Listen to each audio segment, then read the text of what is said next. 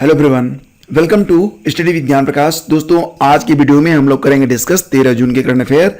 तो quiz number 12 में प्रश्न ये पूछा गया था कि मौर्य काल में सीता से क्या तात्पर्य है, और इसका सही आंसर था राज की भूमि से प्राप्त आय, यानी कि ऑप्शन सी।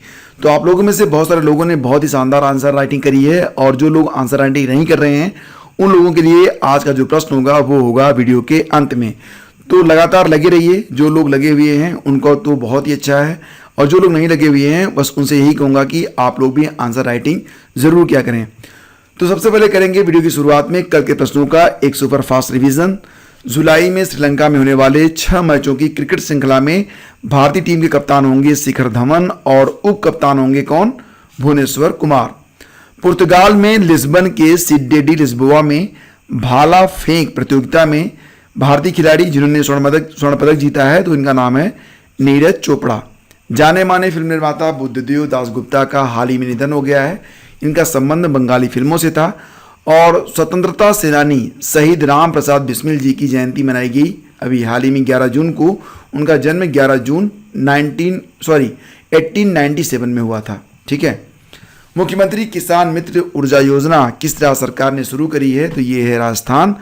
फेसबुक की शिकायत अधिकारी के तौर पर नियुक्त की गई हैं स्फूर्ति प्रिया, और जैसा कि आप जानते हैं व्हाट्सएप के लिए जो शिकायत अधिकारी हैं उनका नाम क्या है? उनका नाम है परेश बी लाल। ठीक है।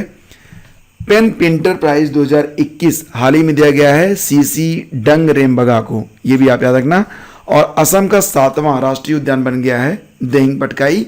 और जैसा कि आप जानते हैं इस समय भारत में सबसे अधिक जो नेशनल पार्क हैं वो कहाँ पर हैं? एमपी में है। इनकी संख्या 9 है। एमपी के बाद जो सबसे अधिक नेशनल पार्क हैं वो कहाँ पर हो गए हैं? असम में। कहाँ पर संख्या कितनी हो गई है? 7। तो अब बारी है आज के करंट अफेयर की। तो पहला क्वेश्चन बहुत ही शानदार, बताइए कि 7वां इंटरनेशनल योगा डे के अवसर पर किस मोबाइल ऐप को लॉन्च किया गया है? तो फ्रेंड्स, जैसा कि आप जानते हैं जो इंटरनेशनल योगा डे होता है ये प्रतिवर्ष 21 जून को मनाया जाता है। तो इस अवसर पर इस वर्ष नमस्ते योगा नामक एक मोबाइल ऐप भी लॉन्च किया गया है। ऑप्शन ए आपका यहां पर बिल्कुल करेक्ट है। 7वें अंतर्राष्ट्रीय योग दिवस के सिलसिले में एक कार्यक्रम के दौरान नमस्ते योग नाम से मोबाइल ऐप की शुरुआत की गई है। इस कार्यक्रम का आयोजन किया गया था आयुष मंत्रालय के द्वारा। और आपको ये भी बता दें कि आयुष मंत्री कौन है? किरण रिजिजू, जिन्होंने नमस्ते योग ऐप के बारे में जानकारी देते हुए कहा कि इसे लोगों के लिए एक सूचना मंच के रूप में तैयार किया गया है। और दोस्तों, अगर वीडियो आपको पसंद आता है तब आप इसे लाइक और शेयर कर दिया करें, और अगर आप चैनल पर पहली बार हैं तो सब्सक्राइब करके ही जाइएगा। आइए चलते हैं अगले प्रश्न पर। हाल ही में विश्व बाल मजदूरी निषेध दिवस कब मनाया गया? When was the world child labour prohibition day celebrated recently? तो ऑप्शन सी इसका बिल्कुल सही है, यानी कि 12 जून को। तो इस वर्ष की थीम क्या रही? इस वर्ष की थीम रही अभी कार्रवाई करें, बाल श्रम को समाप्त करें। विश्व बाल मजदूरी निषेध दिवस के अवसर पर जारी यूनिसेफ और अंतर्राष्ट्रीय श्रम संगठन की एक रिपोर्ट में यह कहा गया कि विश्व भर में बाल श्रमिकों की संख्या बढ़कर कितनी हो गई है? 16 करोड़ हो गई है। पिछले 4 वर्षों में इसमें 84 लाख बच्चे जुड़ गए हैं। कोविड-19 महामारी ने लाखों लोगों को गरीबी के कगार पर पहुंचा दिया, जिसका सीधा संबंध बाल मजदूरी के साथ है। अंतर्राष्ट्रीय श्रम संगठन ने 2002 में विश्व बाल मजदूरी निषेध दिवस मनाने की शुरुआत की थी, ताकि दुनिया भर में बाल श्रमिकों पर ध्यान केंद्रित किया जा सके और इस समस्या के समाधान के उपाय तथा प्रयास किए जा सकें। हर वर्ष 12 जून को सभी सरकारें, कर्मचारी और श्रमिक संगठन, सिविल सोसाइटी और विश्व भर में करोड़ों लोग मिलकर यह दिवस मनाते हैं। तो चलते हैं अगले प्रश्न पर, और अगला प्रश्न है ये। वारसा में पोलैंड रैंकिंग श्रृंखला प्रतियोगिता में किस भारतीय महिला पहलवान ने महिलाओं की 53 किलोग्राम की फ्री स्टाइल भार वर्ग में स्वर्ण पदक जीता है? तो ये हैं कौन? विनेश फोगाट। ऑप्शन बी आपका यहाँ पर बिल्कुल सही है। पहलवान विनेश फोगाट ने महिलाओं की 53 किलोग्राम फ्री स्टाइल भार वर्ग में यूक्रेन की क्रिस्टीना बेरेजा को हराकर पोलैंड में वर्साई रैंकिंग श्रृंखला प्रतियोगिता का स्वर्ण पदक जीता है। इससे 23 जुलाई से शुरू हो रहे ओलंपिक में उनकी रैंकिंग में भी सुधार होने की संभावना है। पोलैंड रैंकिंग श्रृंखला के बाद भारतीय कुश्ती परिसंघ वर्साई में राष्ट्रीय कोचिंग शिविर आयोजित करने जा रहा है। EIU द्वारा जारी ग्लोबल लिवेबिलिटी इंडेक्स 2021 में पहले स्थान पर कौन सा शहर है? तो ये क्वेश्चन वेरी वेरी इंपॉर्टेंट में आएगा, ये आप याद रखिएगा। और इसका जो सही आंसर है वो कौन सा है? ऑप्शन बी, यानी कि ऑकलैंड, जो कि है कहाँ पर? न्यूजीलैंड में। तो न्यूजीलैंड के शहर ऑकलैंड को कोविड-19 के विस्तार को नियंत्रित करने के लिए सर्वश्रेष्ठ स्थान दिया गया। जापान के ओसाका शहर ने दूसरा और ऑस्ट्रेलिया के एडिलेड शहर ने तीसरा स्थान प्राप्त किया है। सीरिया की राजधानी दमिश्क की जो स्थिति है वो सबसे खराब रही है। और दुनिया के जो शीर्ष 10 रहने योग्य शहर हैं उनमें आप देख सकते हैं Auckland, Osaka, Adelaide, Wellington, Tokyo, Perth, Zurich, Geneva, Melbourne और ब्रिस्बेन है।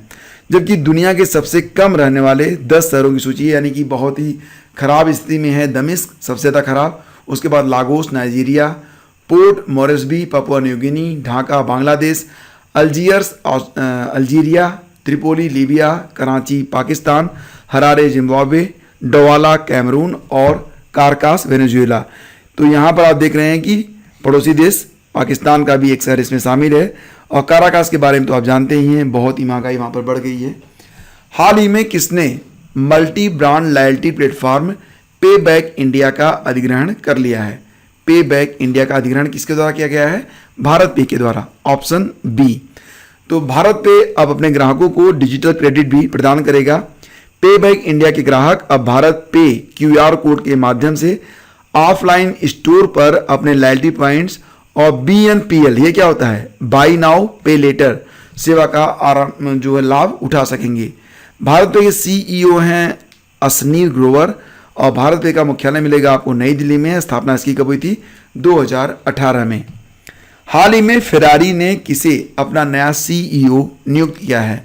तो फ्रेंड्स, फेरारी आप जानते हैं इटली की कंपनी है और हाल ही में बेनेडिटो बिग्ना को फेरारी ने अपना CEO बनाया है। तो सही जवाब इसका ऑप्शन ए है, बेनेडिटो बिग्ना।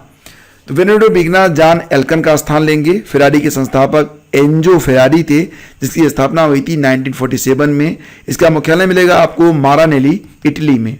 आगे बढ़ते हैं। विश्व बैंक ने भारतीय अर्थव्यवस्था में 2022 में कितने प्रतिशत की दर से बढ़ने का अनुमान लगाया है? तो देखो बात यहाँ पर कब हो रही है? 2022 के बारे में। तो ये अनुमान है 7.5%, यानी कि ऑप्शन बी आपका यहाँ पर सही है। ये भी याद रखना कि विश्व बैंक ने यह भी कहा है कि भारतीय अर्थव्यवस्था 2021 में 8.3%, जबकि 2022 में 7.5% की दर से बढ़ेगी। विश्व बैंक के अध्यक्ष हैं डेविड मलपास। मुख्यालय मिलेगा आपको वाशिंगटन DC में। स्थापना हुई थी 1944 में। संयुक्त राष्ट्र संघ के फिर से महासचिव बन गए हैं एंटोनियो गुटेरेस, जो कि पुर्तगाल के हैं। ऑप्शन ए यहाँ पर बिल्कुल सही है, याद रखना इसको। हाल ही में संयुक्त राष्ट्र सुरक्षा परिषद यानी कि यूनाइटेड नेशन सिक्योरिटी काउंसिल ने दूसरे कार्यकाल के लिए संयुक्त राष्ट्र के महासचिव के पद के लिए एंटोनियो गुटेरेस को नामित किया है। उनका कार्यकाल 1 जनवरी 2022 से स्टार्ट होगा। और जैसा कि आप जानते हैं, संयुक्त राष्ट्र की स्थापना हुई थी 24 अक्टूबर 1945 को। संयुक्त राष्ट्र दिवस मनाया जाता है प्रतिवर्ष, कब? 24 अक्टूबर को।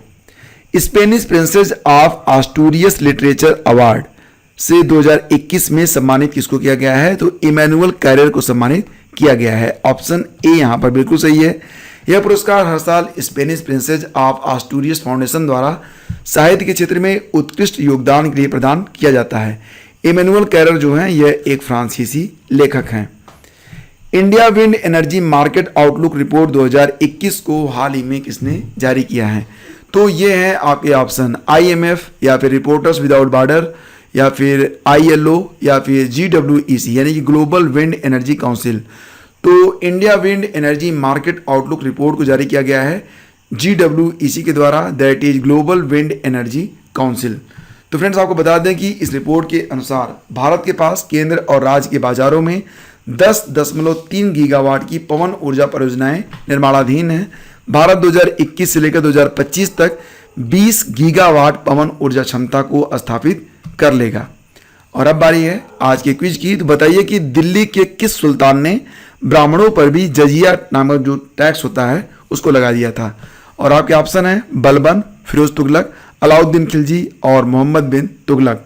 तो फ्रेंड्स, आज का जो प्रश्न है इसका उत्तर आप लोग लिखिएगा डिटेल में। हम शीघ्र मिलेंगे आपसे एक नए वीडियो में। करंट अफेयर की मासिक PDF को डाउनलोड करना चाहते हैं तो वीडियो का डिस्क्रिप्शन आप चेक कर सकते हैं। हम शीघ्र मिलेंगे आपसे एक नए वीडियो में, तब तक के लिए आज्ञा दीजिए। नमस्कार, जय हिंद।